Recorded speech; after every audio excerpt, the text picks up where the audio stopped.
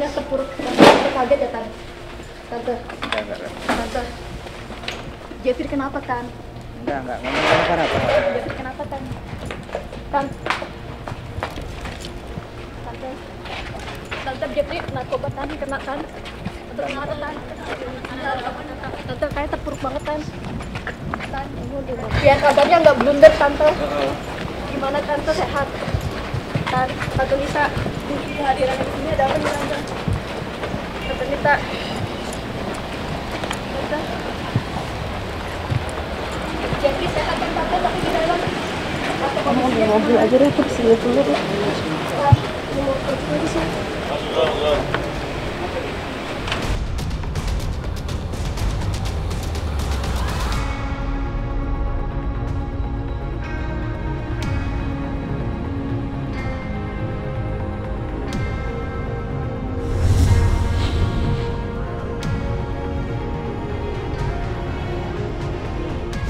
Semalam dini hari memang kita mengamankan JN karena memang ditemukan barang bukti di tempat tinggalnya, ya, di inisial A residence ditemukan barang bukti berupa ganja. Ya ini masih pendalaman ya. Yang jelas kita sudah temukan kepemilikan daripada barang tersebut. Berapa banyak? Itu sementara yang sudah kita timbang itu 6,01 gram.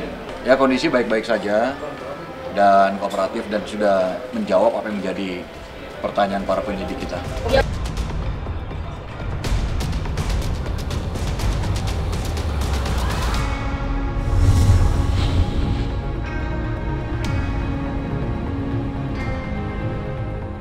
Aku sih sebenarnya belum tahu ya pemberitaannya benar atau tidak gitu kan. Aku tuh malah dapat kabar dari temen-temen gitu kan. Mas Baet, ini loh ada berita ini loh ada berita ini, agak-agak shock sih.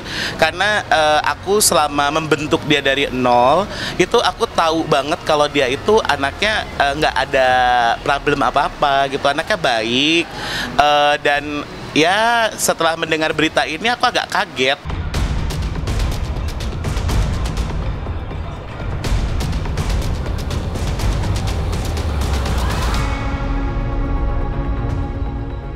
Tapi dengan ditemukannya lumayan banyak ya, 6,01 gram ganja gitu. Mungkin tahu. Gue masih nggak percaya.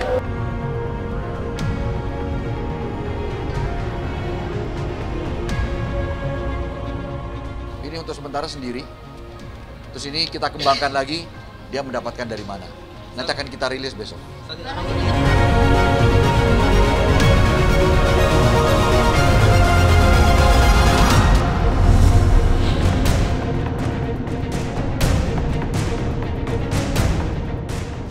Selama ikut sama aku tuh dia tuh nurut kalau aku nasehatin gitu.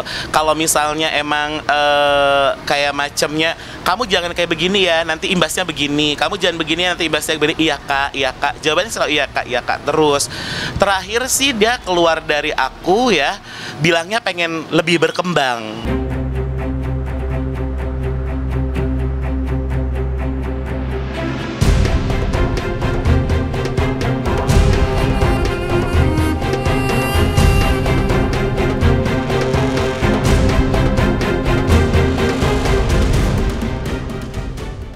Dulu kalau aku ngerokok, aku dimarahin, Mas.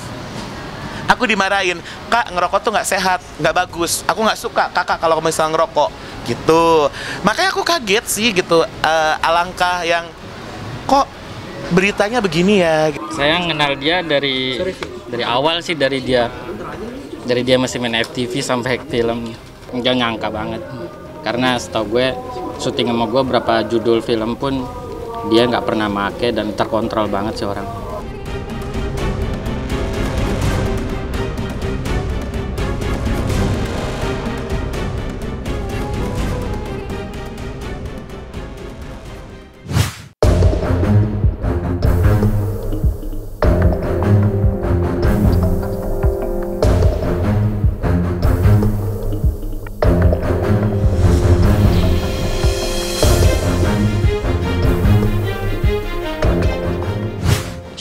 Pablo sudah kita layangkan surat panggilan sebagai tersangka berdasarkan hasil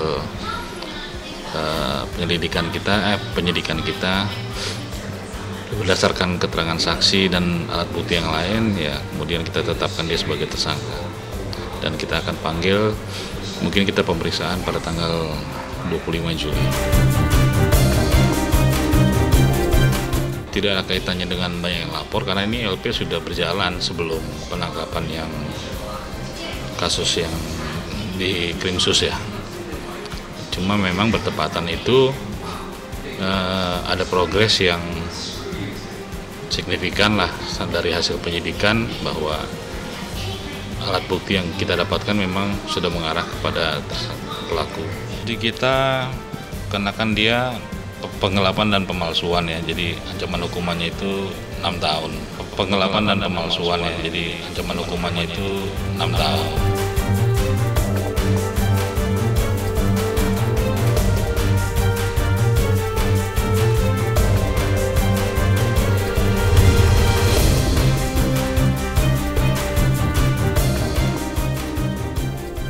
Memang sebagian besar sudah kita berikan kepada penyidik ya, barang bukti ya, mungkin ada barang bukti tambahan yang lagi kita siapkan ya, kwitansi asli daripada korban ya, karena memang awalnya korban meyakini Pablo akan menyelesaikan dalam waktu apa yang diperjanjikan.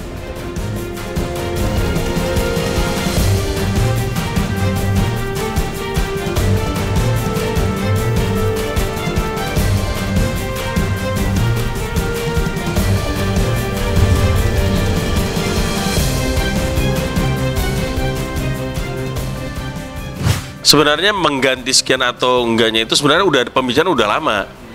Malah sudah ada angka yang sebenarnya disebut. Nah, kita tunggu tidak ada juga realisasinya. Sebenarnya angka itu sudah pernah keluar, cuman tidak ada realisasinya sampai saat ini. Pembayarannya seperti apa kita nggak tahu. Kerugian realnya sendiri pokoknya 550-an lah, hampir 600 lah. Aduh, kronologisnya nggak bisa aku ceritain ya. Kalau ceritain pasti tahu orangnya siapa. Menurut aku sih sebenarnya ada pihak yang sudah sesuai dengan apa kita jalankan sesuai kontrak ya. Udah berjalan sesuai waktu bisnisnya gitu. Tapi ada nggak sesuai dengan, ada pihak yang nggak sesuai dengan kesepakatan itu. Simpel itu sih. Tadi kita udah coba tabayun untuk menyelesaikan bagaimana cara penyelesaiannya. Tapi malah mengarah kepada mencari celah untuk tidak menjalankan kewajibannya. Ditambah dapat kabar bahwa ini banyak yang udah ditipu sama beliau.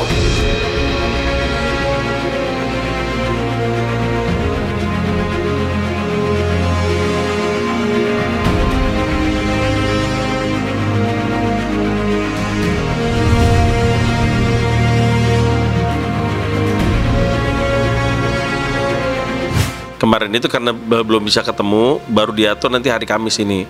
Rencananya baru bisa ketemu. Kita lihat nanti hari Kamis ini. Kalau misalnya tidak ada juga, kemungkinan hari Jumat atau hari Senin paling lama kita bikin LP. Karena kita nggak nyebut namanya karena kita masih buka kesempatan untuk berdamai, tapi sesuai dengan keinginan kita.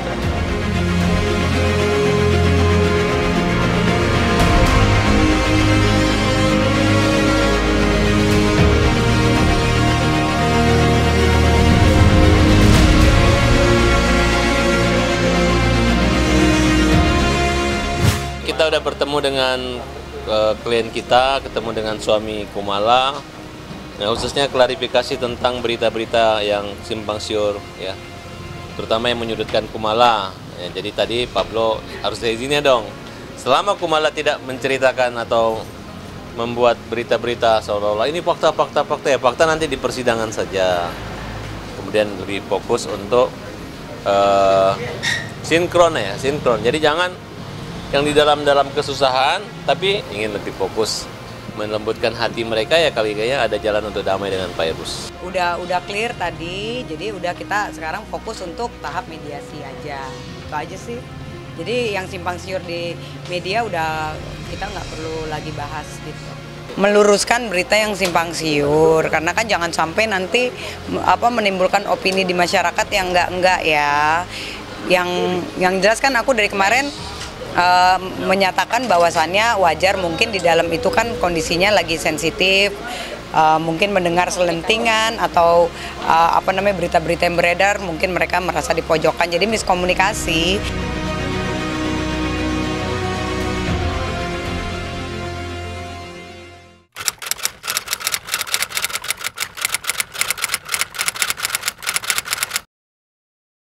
Jadi jangan lupa untuk subscribe Cumi Cumi. Ditekan ya tombol lonceng merahnya.